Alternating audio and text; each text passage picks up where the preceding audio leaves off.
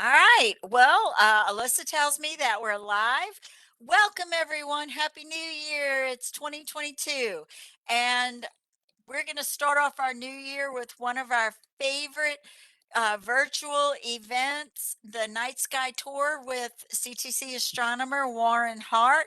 Hi, Warren. Happy New Hello, Year. hello. Happy New Year to you and to everybody else. Oh, well, and we have Alyssa with us today. She's the one streaming. So thank you, Alyssa. We're getting back up cranked cranked up for our new year and our new events, and I am very excited to know what constellations are we going to be looking at this month, our calendar, and all the fun events. So, There you Warren, go go. ahead and take it away. All right. Well, let's take a look, if you will, Cindy. Let's take a look at the calendar. And if we'll pull up there that first page, and if you'll scroll just so we can get the top heading of it. Okay. There Before we we go. get started, can we let's show everybody where we got this. Okay, go ahead. Okay. All right. So everyone, you can find this on our library website under research study guides and astronomy Mayborn Science Theater. And so that's where all these night sky tours are going to be. And oh, Alyssa, we forgot to put that link in the comments. So if you can get those links in the comments for people so that they can go ahead and follow along with Warren. And our night sky calendars are going to be right here. So, There we all are. right. Sorry about that, Warren. I Oh, that's all right. We wanted to need get to, everybody involved. there you go. I'm sure because there's some people, this is the first time they've come on, and we want to make sure they understand. Right. Okay, if you'll notice, because of the schedule of the holiday season, there for Christmas, New Year's, we could not uh, get on at the time that we had that we would be ideal. So we had to pick here, and I failed to put that notice on here, but it's Wednesday, January the 5th, where we are. We're on that second line of the calendar that you see there. That's blank, but it means we're here all on that. Now let's go scroll back up to the top there, and I want them to understand that that second line in the title, what I list are the astronomical events that you can just see by walking outside and looking up in the sky. And as I also indicate, binoculars or telescopes are not required. If you have them, go ahead and use them. But this is set up so anyone could walk outside and either with the calendar and then some other resources we're going to point out as we go along, then you'll be able to get yourself uh, familiar with and oriented to the night sky. And I'd like to draw your attention there on January the 1st. And you notice I have some items listed in red. And as you go, we look at that at 4:53, and that was when it happened. That was the third closest of the perigee moons. Now, we've explained this that perigee, the moon orbits the Earth in a circle, but it's not a perfect circle. It's an egg shaped or there. And so there's a time when the moon is going around that it gets closer to Earth, and that's the perigee. And the way I remember it, I see the prefix, if you want to call that para. I think that the moon is perilously close to Earth. And so that's the when it's the closest to us. But there's two things I want to point out to you here on that. Notice it says that this is the third closest of 13 perigee moons. Normally, there are 13. We will have 1 month out of each year, usually, that will have 2 perigee moons or whatever. But this time, we have a very unique and rare occurrence here in January. It is 14 moons, perigee moons, which means there are 2 months in 2022 that are going to have 2 perigee moons. And that will be showing up, if I remember right, in either June or July. And so, as I've indicated, there on January the 1st, that was the first perigee moon of the month. Now let's look at the second row, and we have there in red on Sunday the 2nd, which was this last Sunday, we have a new moon. And notice on this, it's also the first of 2 this month. So this month is unique that we're going to have 2 perigee moons, and we're going to have 2 new moons. That is quite rare that we're having in this month. And as if you look then on Monday the 3rd, which was yesterday, and you can still, if you go out tonight, you can see possibly and probably some of the meteor streaks of the shower there of what is called the Quadrantids. And that's the name of an old constellation which was changed many years ago, and it's now in the constellation called Bootes. Now, the next thing on Tuesday the 4th, January is just chock full of all sorts of unique things. And here it is. On the 4th, which was yesterday, the sun was closest to the earth this year. Again, just like the moon circling the earth, there's a close and a far point on the moon's orbit around. Earth, as we travel around the sun, we have a close and a far time of the year. Now, most people, if you would ask and tell them, we're going to have either the closest or the farthest point of the Earth will be to the sun here in January, which one do you think it is? Predominantly, the people will normally say, well, we must be at the farthest because it's cold in January. We're in winter. Well, that would be very logical, but it's also incorrect because the other thing, Earth is tilted 23 and almost a half degrees. And so at this time of the year, we are tilted so that the northern hemisphere, and here, North America, where we are tilted away from the sun. Now, if you want to go and where it's going to be hot this time, go to the southern hemisphere, go to Australia, South Africa, New Zealand, down in there, and you would experience then because they are in their summer. So we have 2 perigee moons, we have 2 new moons, we are closest to the Earth, pardon me, to the sun this year. What else can happen? Well, let's look on over.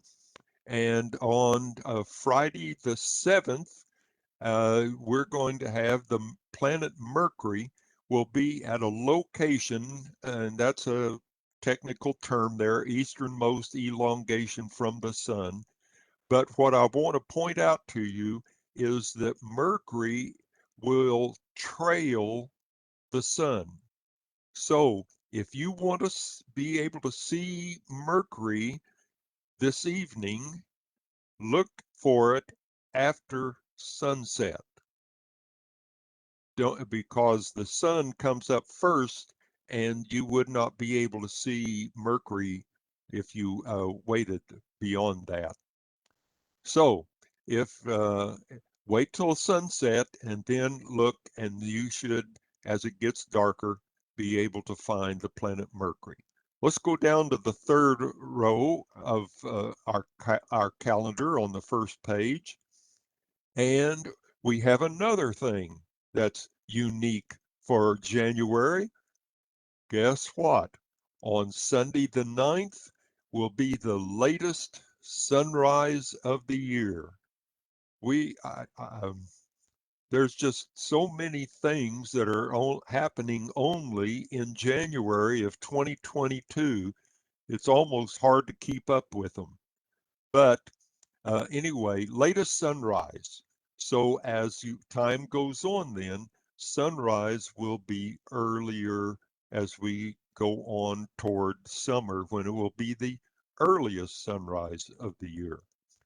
Now, notice we had up here right above on the 2nd was the new moon, and now we are just going to experience on the 9th the first quarter moon we had on that. Now on the 10th, here are the first two of the 7 constellations that are going to be available to see, and this is the best time of the year for them. And the first one, if Cindy will pull up, is Canis Major. All of the constellations, all 88 of the constellations, their names are in Latin. Canis, which means dog, and major is big or large. So this is, and if you want in the English, we just say this is the big dog. And by tradition also, that the big dog and the little dog are the pets or owned by Orion, the mighty hunter. Because if you look on this map up in the northeast corner of the map, you see 3 black dots in a line slanting, and those are the 3 stars in the center of Orion itself. And so that's why we say that this dog and the little dog are uh, part of Orion's, what he has there. Anyway, Canis Major, very unique. And if you look at the map of it, you see that in the center of that white area, there's a large black dot there, or black circle, and it's listed as number 7. It's hard to designate and show how bright an object is in the sky, other than what has been chosen is that the brighter it is, the larger the circle is going to be. And that's all that means. It does not mean that the star there is larger than the other stars. It's brighter than the other stars. Now, every constellation page, this is the first page, has its title and its map. And then we scroll down, and on the second page, we have information giving you what is on the first page. And if you remember that that large star was labeled as number 7, and there, if you go down, you see 1, 2, 3, 4, 5, 6, 7, and it is Sirius. Any of you that have satellite radio in your vehicle, it's probably going to be the Sirius software company, or whatever they call. And there's its name, and there's some information about it. And because that black circle is so large, it also actually, you see there the Vmag, the visible magnitude for us with our eyes is at minus 1.44, and it is the brightest star in the night sky. The brightest star in the sky is our sun, but the brightest star in the night sky is Sirius here. And there's a number of reasons that it's so bright. And the next thing there, notice it's less than 9 light years away. It's the closest one to us of all of the other stars that were listed there. And we talk about when we go outside our solar system, we talk about distance being in light years. How far does light travel in space at the speed of light for 365 and a quarter days? And that is called 1 light year. And there you have. And notice in the reverse, the last thing, it's 1.93 times the sun, the size of the sun, and of these 19 stars here, it's the smallest one, but it's the closest one, which makes it the brightest one. And so there you have that. There's other information on down through there, and down in interesting information, there is in green, I have indicating to you in that next to last sentence there, it says Canis Major contains the so-called solar antipex. And what is that? Well, look at the end of the line there. This is the direction in space that our sun is taking us and the solar system to be heading away from the sun.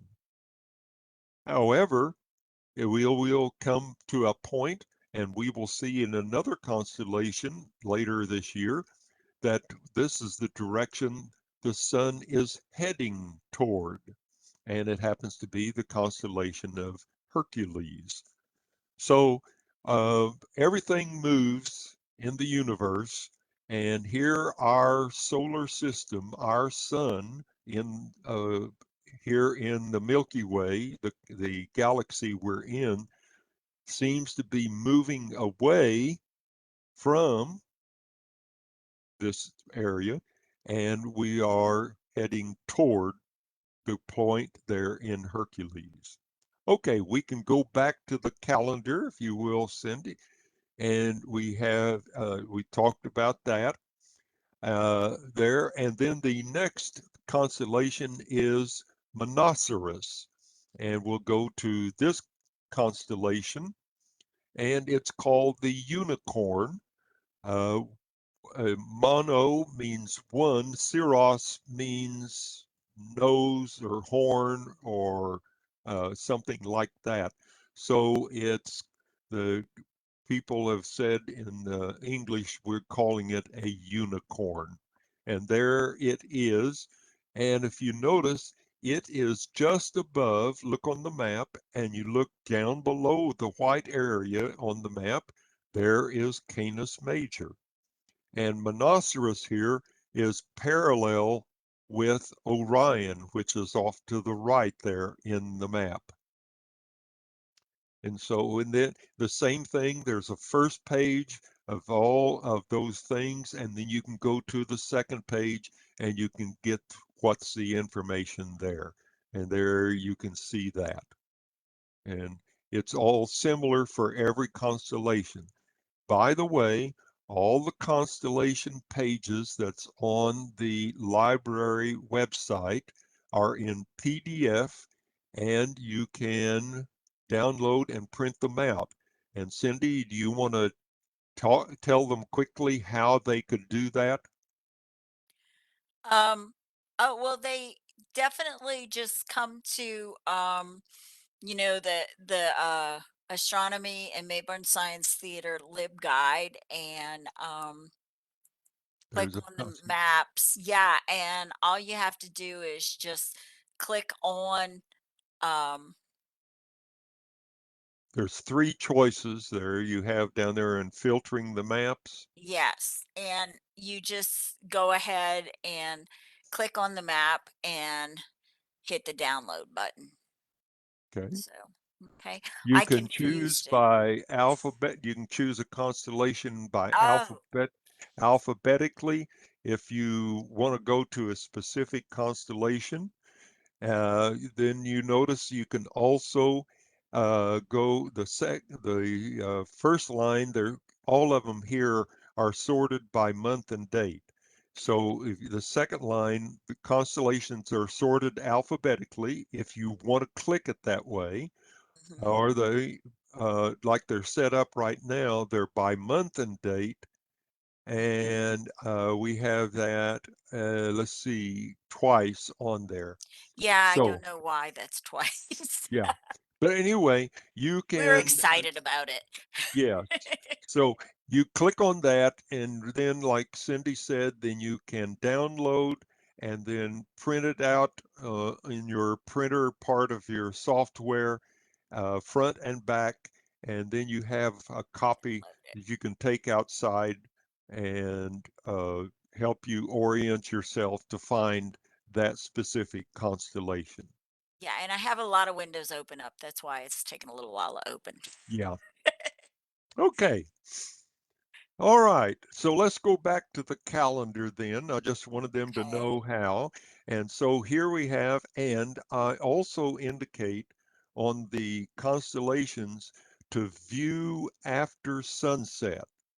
And you have all night up until the next day's sunrise. So as we would look here on Monday the 10th, after sunset, you could start if looking for Canis Major and also Monoceros, and you have until sunrise on Tuesday the 11th. And then at sunrise, then you would lose the ability to find the constellation. So always start at sunset and then continue on to the next day. Let's look on over to Friday the 14th. We had a Perigee Moon, and if you remember, that was it's the closest the moon gets to us in that one orbit time. And now here it is, the farthest on its orbit around Earth. And so it's an apogee. It's, if you want to say it, far away from there, and there's the time. Then on Saturday the 15th, we have our third constellation, and that's Gemini the Twins. And that's a very common one. A lot of people are aware of that. And so let's go ahead and click on there. And there we have. Notice also, if you'll, there I have a number of lines that are in Gemini that the other constellations don't, some of them don't have.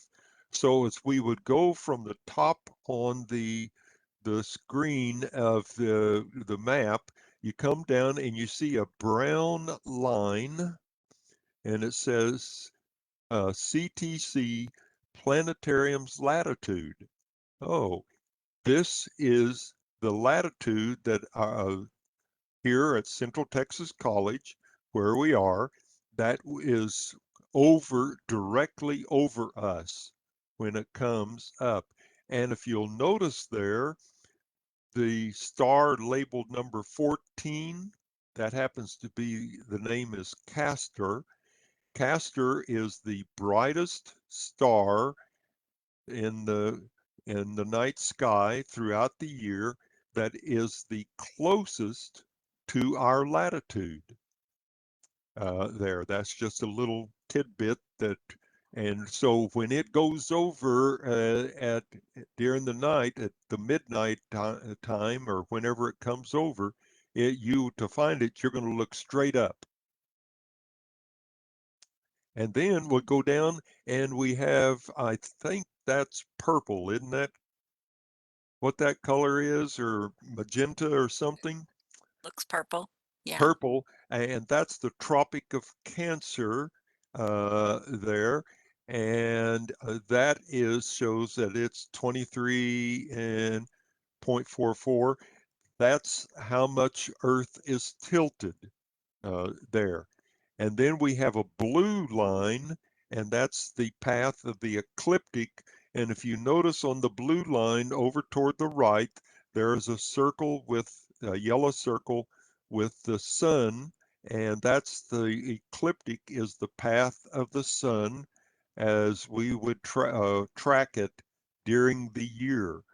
Also, the word ecliptic brings to mind something that we would be able to see or experience, eclipses. And so this is the only region in the sky along this ecliptic where you could have a solar eclipse and also a lunar eclipse. Now, the moon and the planets also travel along this ecliptic here, but they are not constrained to the ecliptic because that's the path of the sun. So sometimes they will be above the path of the ecliptic, or they may be below. And anyway, there you see, in relation to what we've already talked about, if you look, you see down below to the bottom left of Gemini, there was going down further, actually, I got to go on down, is below Monoceros is Canis Major, and we're going to get Canis Minor here in just a little bit. So let's go back to the calendar and let's see where we are. And we're now going to go to the second page. And we got something in red again. What in the world do we have now? Well, on Monday the 17th, we go from our first quarter moon, and now we go to a full moon. And it's going to be the smallest this year. Here's another thing that's happening in January the 2022, and it's going to be the smallest moon of the year. And if you took a picture of it and then also of the time of the year, the orbit of the moon, that when it's close like that perigee up there, you would see a distinctive uh, difference in the size of the moon in the sky there. Now, on Wednesday the 19th, our sun, as it travels along, it's going to leave uh, here and it's going to enter the constellation of Capricornus, the fish goat. It's in, currently, it is in Sagittarius, the archer there. So uh, you could look up in the sky and there's the sun, but you're not going to see the constellation. But that's just to let you know where it is. Our next constellation that we can see, which we got a little sneak peek of it just a moment ago, on Friday the 21st, there is Canis Minor. So let's go to Canis Minor. And there you go on that. And you see that Gemini, which we just talked about, is up above that. And here is Canis Minor. Really, there's two fairly easy stars to find. And then there's those other two that are a little bit harder, but you can still see them with the naked eye if you are in a dark area, no light pollution, and no moon being up. Now it's called Canis Minor is being called another little thing with it. Notice that the white area of the region in the sky designated for Canis Minor is on the equator, and it actually goes just a little bit south of the equator. So we would call this an equatorial constellation that we have. And then there's, of course, there is page 2 for Canis Minor, just like we have page 2 for everything else. And there you have and information about it. Now let's go to the calendar and let's see what else we have. Now we had the on Friday the 21st, Canis Minor. Now we go to the 22nd, Saturday, and we're going to get the, if you want to call it, the remains of a mythical ship long ago called the Argo Navis. And it was a very, very large constellation, but it was decided back in 1930, a region time frame, that they were going to split it up. And so there are, if I remember, there are 3 separate constellations, and this is one of them here. And this, we can go to its page. So let's go there, and we'll look at, notice at the very top line, there's the title of there, and also how do you pronounce it? So it's puppus or puppies, if you want to say that, if that'll help you remember. And it's a part of the ship Argo Navis. And there. Also, and you'll notice on that top title area, the third line, I have on every one of them, what is the ranking of the constellation as far as its brightness? Is it the brightest constellation in the sky, or is it at the dimmest constellation in the sky? And that goes from 1 to 89, and Puppis here is 7th brightest. And then the other thing is, how large is it? Well, that looks pretty good size, doesn't it, right there? And so it is the 20th largest of the constellation areas or the spherical areas in the sky. And I've also included here on the drawing of the green lines that you would go use that direction. Notice there on the left it says to Vela. That's another constellation, and it's right there on the corner, and you can see the word, there's Vela, and that's part of the Argo Navis set of constellations. And then on the right, it says, you go to Carina. Well, that's another part of the giant constellation of Argo Navis. Now scroll down a little bit, Cindy. Just stop right there. And notice we're getting far enough south that there I have in brown, the dashed line, that is our southern horizon. Where we are here on Earth at 31.1 degrees north of the equator, we can see only so far of the sky, and we look to the south, we could see everything down to that line. So if you notice on Carina and the word there where it says CTC Planetarium Southern Horizon, there's the horizon, and notice there's a fairly bright star, but we can't see it. Now the other one up there in Carina, the bright one, Canopus, we can see that. That's above.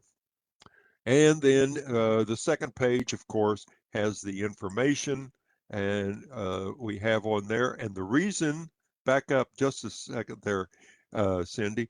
No, I put on the constellations that we have our latitude for those who are going to be at a different latitude than here at the planetarium. You are down at Brownsville, you're way up at Anchorage, Alaska, or something, or whatever. I don't have that latitude on there. So that's just all that means. So people can use that one anywhere in the world. Okay, then there's the third page. So we have a third page, and there's the information for it. Well, let's go back to the calendar. We're getting close to finishing up here, and we're on there, and we have the constellation, if you will, of Volans, the flying fish. And let's take a look there, if you would, please, on the calendar. On the map, there's Volans, and I've put up there for you, there's the planetarium southern horizon. So the question is, how much of Volans can we see? None, Yeah. not any part of it, because it's below our southern horizon. And unfortunately, what's to the right of Volans in Dorado is the large Magellanic Cloud, and that's a galaxy. And it's abbreviated LMC. It's named after the Portuguese captain, astronomer, navigator who circled one of the first Europeans to circle the Earth and keep a logbook describing everything that he saw. And so, in honor of what he did, we name it after him, Magellan. And so, as an adjective, large Magellanic Cloud. But we can't see it. Okay, let's go back to the calendar, if you would, please, Cindy. And we continue on. Now we go on Tuesday the 25th, and we come to a third quarter moon as it goes around. Now each one of these, when I mentioned like new moon, full moon, first quarter moon, third quarter moon, that is, and if you'll notice, that is a precise point in time and in place in relation to Earth. So at that point it's a third quarter moon. But soon as that time is past 740, then it begins a phase which will last until the next precise point. After the third quarter moon, it's going to be a new moon. So there's a difference between the uh, when you say quarter moon, that is not a phase. A lot of people indicate that, well, it's in third quarter moon phase. Well, yeah, but it's not really correct. It's third quarter moon was the time and point, but it's in its waning crescent phase, which would be more accurate. Now on 26th, we have uh, a unique thing that's going to come up. So Cindy, this is your area. What do we have here at noon on the 26th? Well, if you guys will go to our library page again, hit the events, hit the events, and we list all of our events, including all of our night sky tours. So we have two this month. Everything exciting is happening this month in the sky, and we have two night sky tours. So our next night sky tour will be on Wednesday, January the 26th, and we will be doing February's night sky on Right. that day. Right. And as they can notice, and if you want to point that out to them, we are able now to get back on the schedule that we desire so that it will be prior to the actual events happening in the month. So January the 26th, we, like Cindy said, we're going to be talking about February. You notice there, February the 23rd in the second column.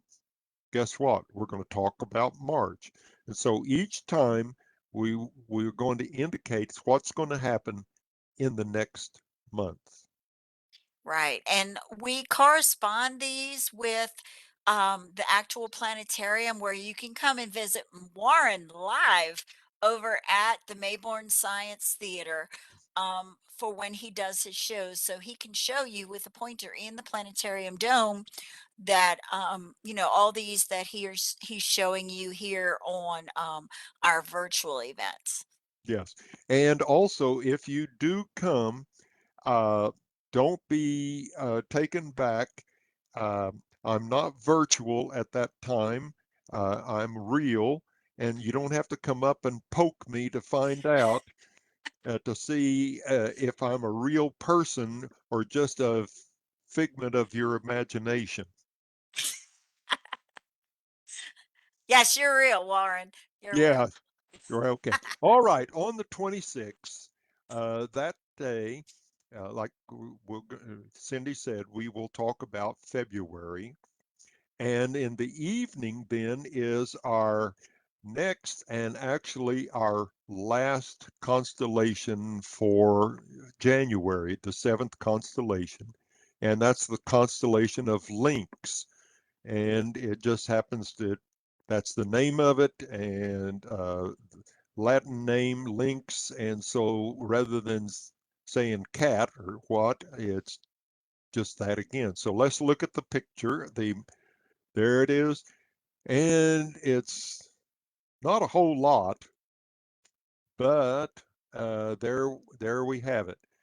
Now I've added also on Lynx because it's the northernmost of the seven constellations that we're going to visit next here in January.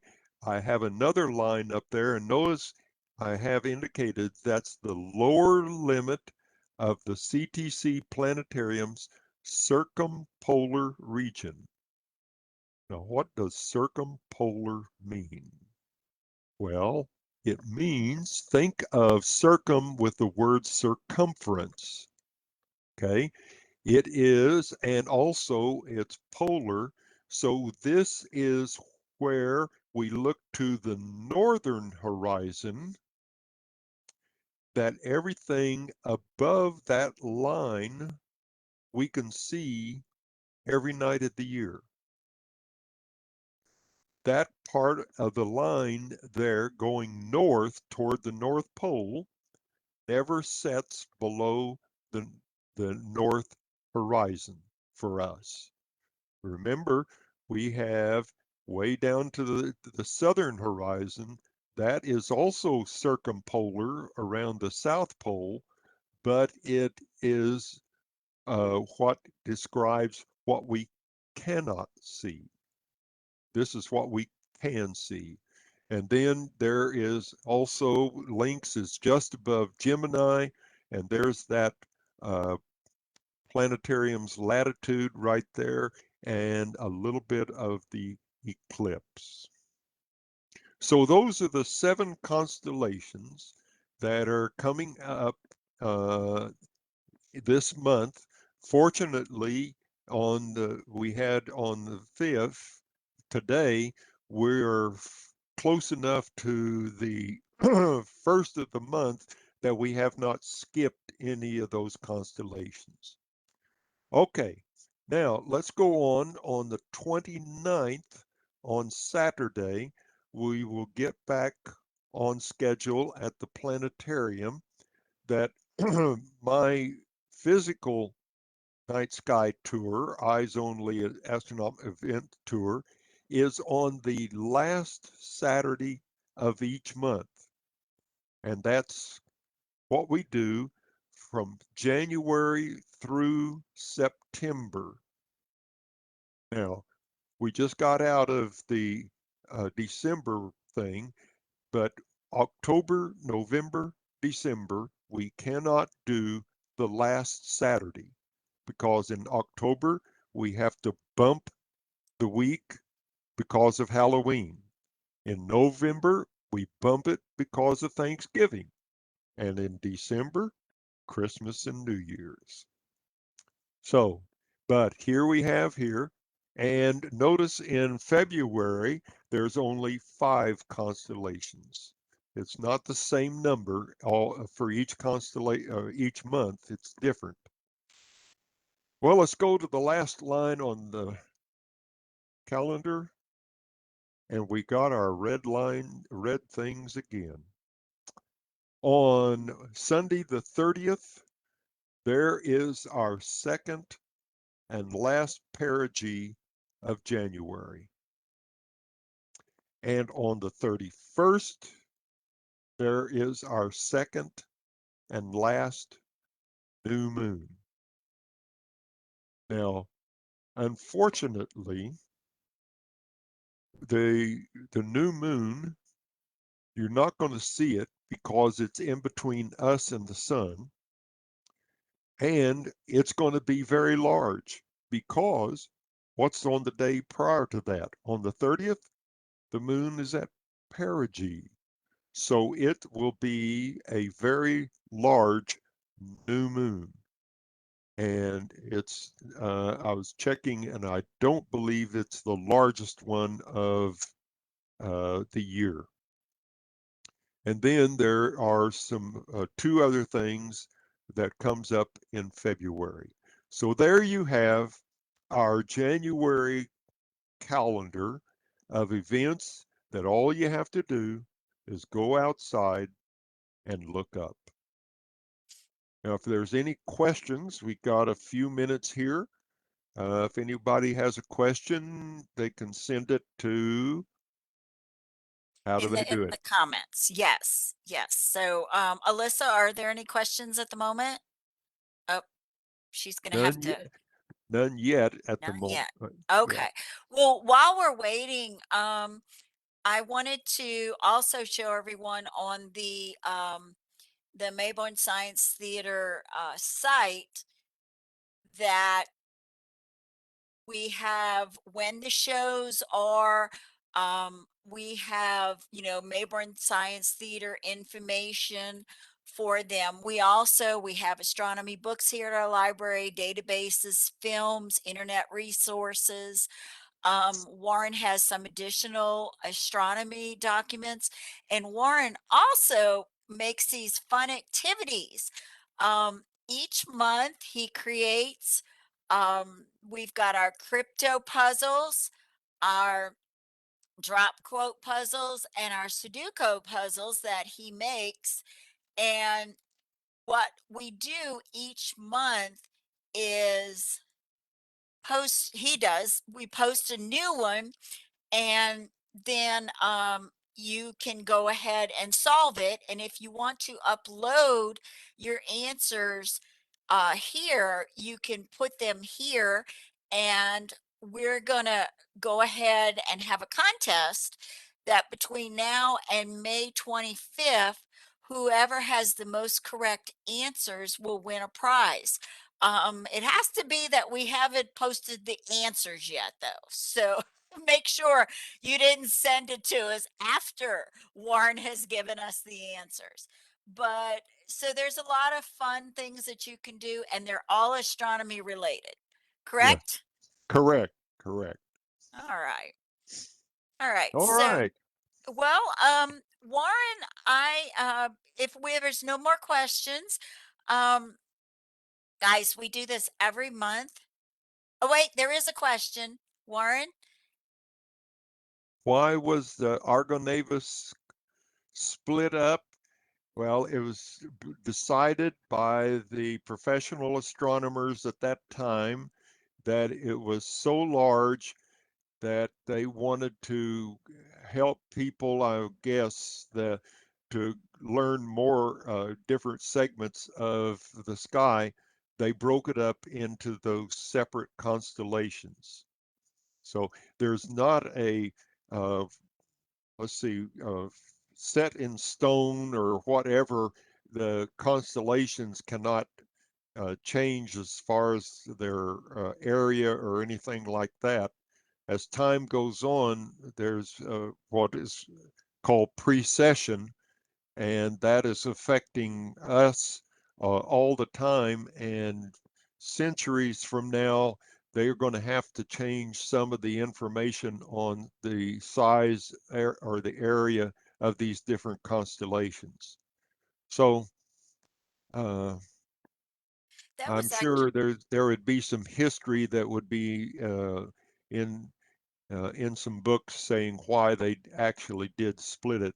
There's a number of constellations, like I mentioned, the Quadrantids, uh, meteor shower, and Quadrantids was a previous constellation, and it was there's a list of I don't want to say dead, but but not used any more constellations as far as the names. And that doesn't mean that there's a part of the sky you can't see anymore. No, it's just been, if you want to, it's been overlaid. The Quadrantids area has been overlaid with other constellations, current ones that we use. I have a question about that. Um, Okay. we when we hit March, we're going to have been doing this for an entire year. So when we do March 2022, is there going to be a lot of difference in what's happening out in the sky, or does everything do exactly the same thing every year? There is probably 80% plus that's going to be the same. There is going to be a little change. There will be some uh, changes because of the moon and of the planets.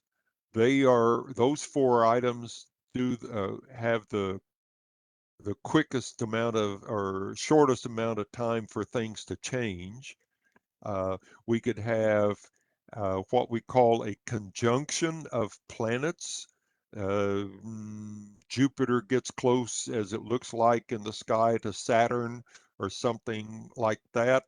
Uh, and so things there, but then there are other things that are pretty constant, but the time and maybe even a little bit of the date, it may shift out of, we'll say, on midnight of the 30th to the morning of the first day of the next month. And so it's just not going to be in that same month, but it's there. It's moved because of precession. Okay, thanks. Any other questions, Alyssa? She's chatting. Oh, okay. Okay. All righty. Well, Warren, oh, and one other thing, on that astronomy lib guide, the very front page, we have a countdown until the Hmm. eclipse 2022. So make sure, if you're ever wondering how long it's going to be before we have this full eclipse over our area, you can always go to the lib guide, that front page of the astronomy guide, and you can see the countdown of how much time we have left.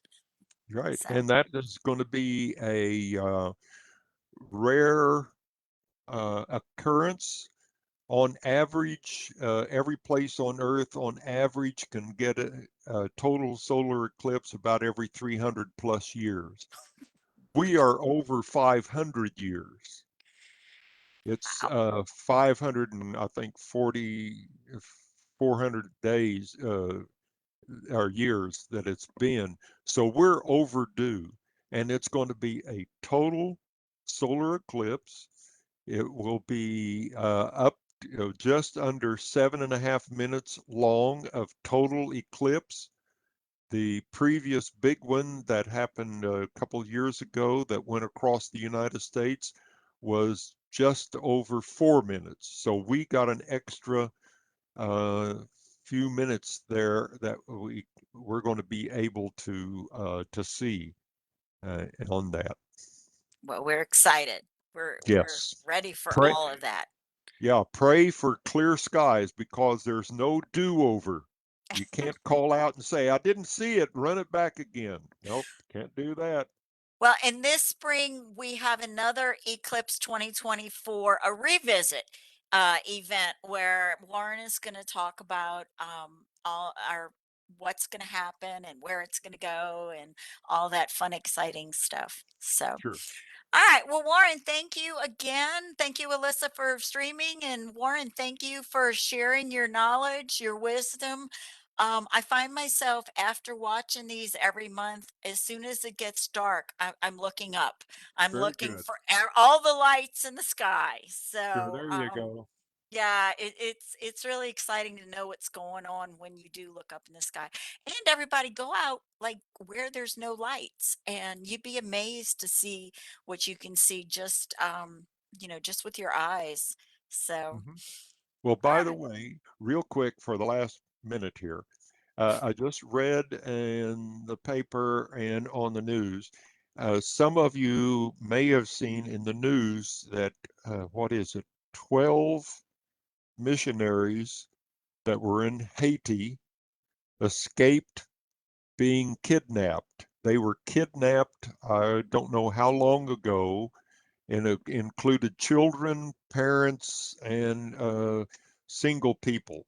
And they worked out that they were able to sneak out of where they were being held at night, and they had figured out what direction they wanted to go to get to safety, and they used the The stars to stars. guide them. That's awesome.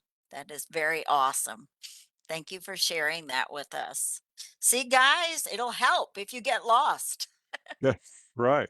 So, all right. Well, Warren, we will see you again next at the end of this month. And if anyone has any questions or wants to contact Warren, you can go ahead. If Alyssa will put his email into his CTC email into the comments, we can go ahead and do that.